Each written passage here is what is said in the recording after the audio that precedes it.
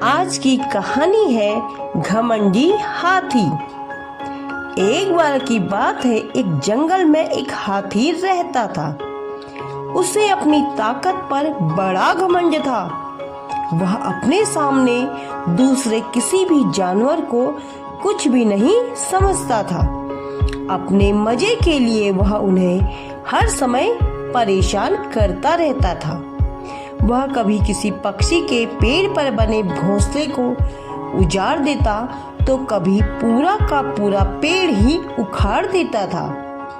कभी बंदरों को उठाकर पटक देता तो कभी किसी खरगोश को अपने पैरों के तले रौंद देता।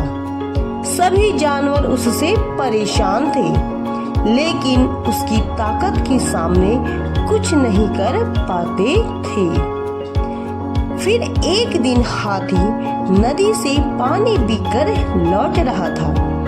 वहीं नदी के किनारे पर एक पेड़ के नीचे चींटियों का बिल भी था। आसपास ही चींटियां अपने काम में जुटी हुई थी। बरसात से पहले वे अपने बिल में भोजन इकट्ठा करने का काम कर रही थी। हाथी को मस्ती सूझी और उसने अपनी सूंड में भरा हुआ पानी चींटियों के बिल पर डाल दिया। चींटियों का बिल उजड़ गया। अपना घर उजड़ जाने के कारण सभी चींटियां बहुत दुखी हुई, पर वे हाथी के डर से उससे कुछ भी नहीं कह पा रही थी। लेकिन वहीं पर एक छोटी सी चींटी को उस पर बहुत गुस्सा आया और वह बिना डरे तेज आवाज में हाथी से बोली, ये क्या कर दिया तुमने? हमारा घर उजाड़ दिया। अब हम कहाँ रहेंगे? चींटी की बात सुनकर हाथी बोला, चुप चुप कर चींटी, नहीं तो मैं अभी तुझे अपने पैरों के तले दबाकर मार दूंगा। तुम्हें इस तरह दूसरों को तंग नहीं करना चाहिए। जब कोई तुम्हें तंग करेगा तब तुम्हें समझ में आएगा।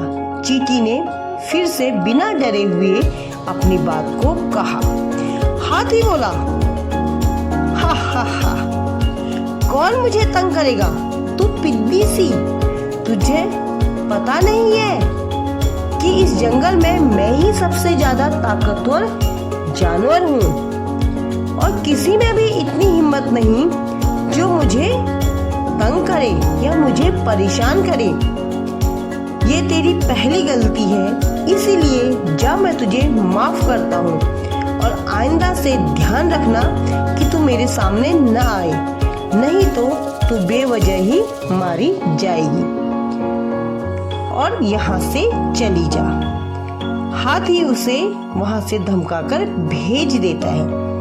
चींटी उस समय तो चुपचाप वहाँ से चली गई, लेकिन मन ही मन सोचने लगी कि इस घमंडी हाथी को सबक मैं अवश्य सिखाऊंगी, वरना ये सबको यूं ही तंग करता रहेगा। ये मौका उसे उसी दिन शाम को ही मिल गया। उसने देखा कि एक पेड़ के नीचे वह हाथी बड़े आराम से सो रहा था। हाथी चुपके से उसकी सूंड में घुस गई और उसे काटने लगी। हाथी आराम से सो रहा था, तभी वह दर्द से छटपटाने लगा। उसकी नींद खुल गई। वह छटपटाते हुए अपनी सूंड को इधर उधर हिलाने लगा। यह देखकर चींटी उसे और जोर से काटने लगी। हाथी से दर्द सहन नहीं हो रहा था। वह जोर जोर से रोने लगा और मदद के लिए पुकारने लगा, लेकिन उसकी मदद के लिए कौन आता? उसने तो जंगल में सबको परेशान करके रखा था। चींटी उसे काटती रही और वह दर्द से चीखता रहा। अंत में निढाल होकर वह जमीन पर गिर पड़ा और रोने लगा और कहने लगा, मुझे परेशान मत करो, मैंने तुम्हारा क्या बिगाड़ा है? यह सुनना था कि चींटी बोली, मैं वही चींटी हूँ जिसका तुमने घर उजाड़ दिया था। अब तुम्हें समझ में आया कि दूसरों को तंग करने से क्या होता है और कैसा लगता है। इस पर हाथी बोला, हाँ, मुझे सबक मिल चुका है। मैं तुमसे माफी मांगता हूँ और वचन देता हूँ अब मैं फिर कभी किसी को तंग नहीं करूँगा और सबसे मिलजुल कर और प्रेम से रहूँगा। कृपया कर मुझे काटना बंद करो और मेरी सूंड से बाहर आ जाओ। हाथी का यह रोना सुनकर चींटी को हाथी पर दया आ गई। उसे लगा कि अब हाथी का घमंड टूट गया है और उसे एक अच्छा सबक भी मिल गया है, इसीलिए उसे माफ करके उसे सुधरने का मौका देना चाहिए। चींटी हाथी की सूंड से बाहर आ गई। हाथी की जान में जान आई।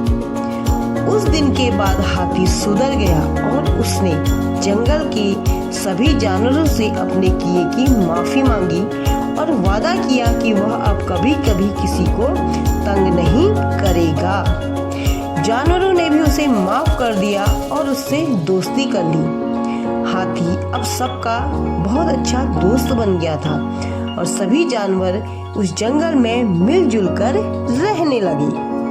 तो इस कहानी से बच्चों हमें यह सीख मिलती है कि हमें कभी भी घमंड नहीं करना चाहिए, क्योंकि घमंड का घमंड कभी न कभी जरूर टूटता है और दूसरों की सदा सहायता करनी चाहिए, तभी तो वह भी मुसीबत के समय आपकी सहायता करेंगे। और कभी भी दूसरों को परेशान नहीं करना चाहिए और मिलजुल कर कार्य करना चाहिए। Thank you.